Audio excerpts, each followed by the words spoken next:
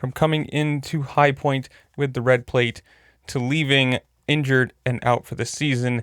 Those are the highs and lows that Seith Hammaker dealt with this year, at least for as long as he was racing.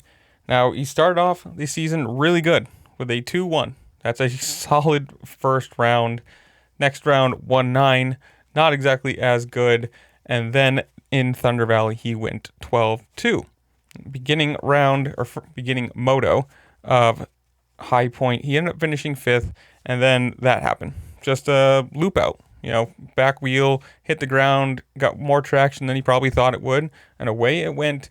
And sadly, that tore the labrum in his shoulder, leaving his season over completely, with Kawasaki announcing that he would be on the mend for the remainder of the season. Now, in an update from him saying, quote, "I'm recovering from my latest shoulder injury, unfortunately from the High Point crash in Moto 2 there.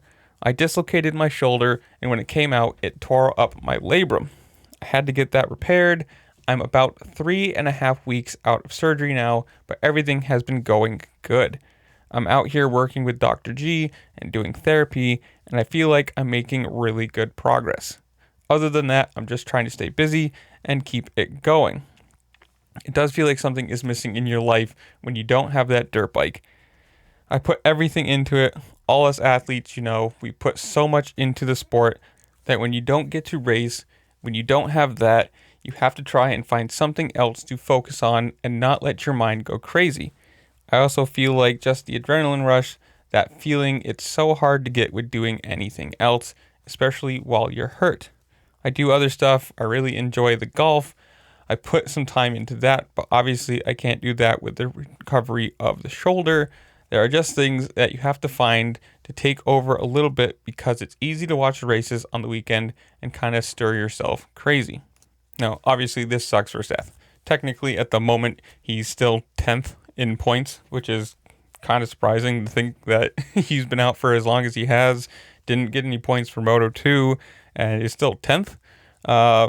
Obviously, this wasn't a great thing for Pro Circuit to have one of the championship contenders, because obviously Levi Kitchen was right there with him, go down so early in the season, and kind of continuation of the Pro Circuit curse of injuries. I mean, at least at the moment, they still have Levi Kitchen leading the championship, so for them it wasn't a horrible wash of a result, I guess. I don't know how you want to say it, of a race, of a season. At least they have another rider that's still competing. If it was only Seith and he had gone down, it would have been just another sad year for them. It's just one of those, sadly, every year it seems that somebody on their team has, this season-ending crash. And this didn't even look that bad, but, land on your shoulder, pops out, rips a muscle, and it just kind of is what it is.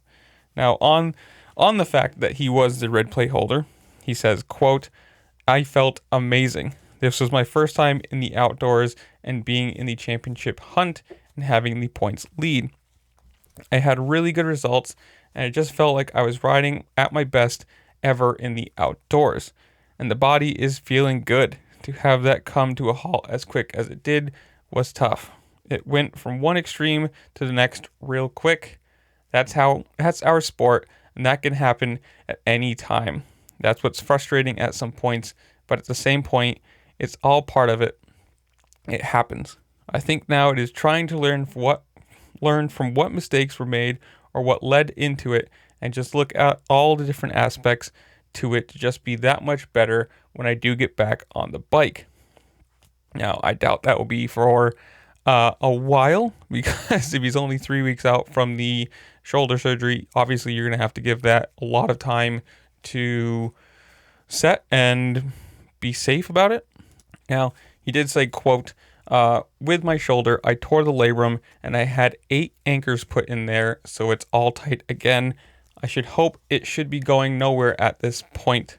I'm feeling really good though from 3.5 weeks out, and I feel like this is the quickest I've recovered from a shoulder surgery and injury.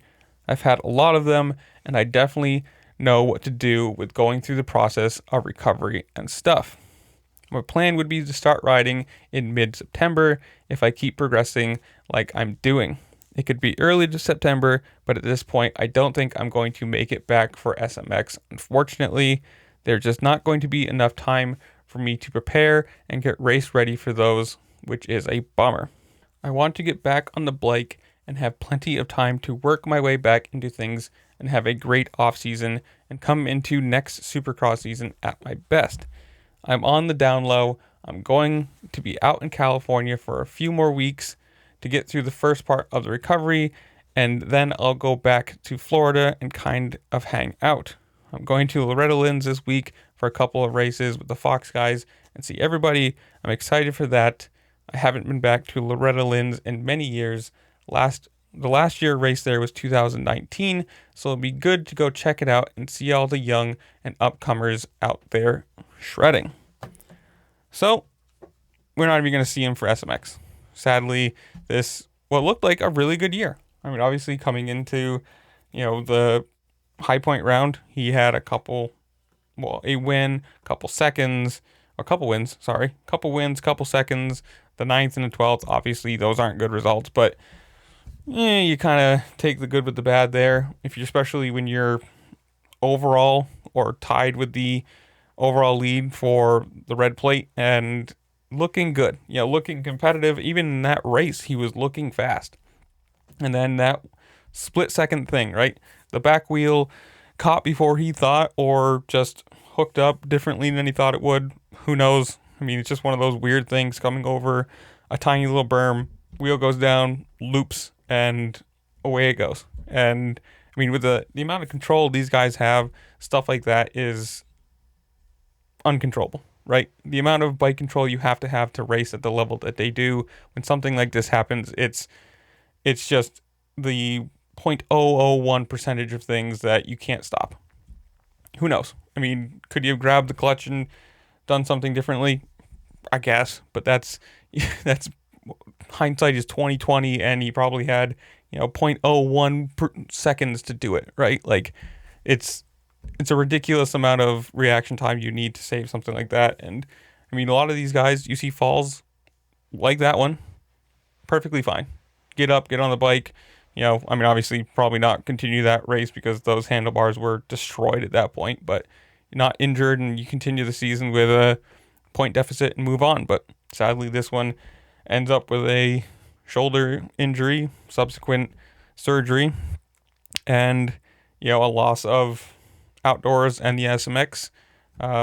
We'll see where it goes. Hopefully, knock on wood, he can get fully healthy. He can come back for Supercross next year and be, right back to competitive, especially for the team and for him. But just want to leave you guys. Comment down below. Tell me what you think.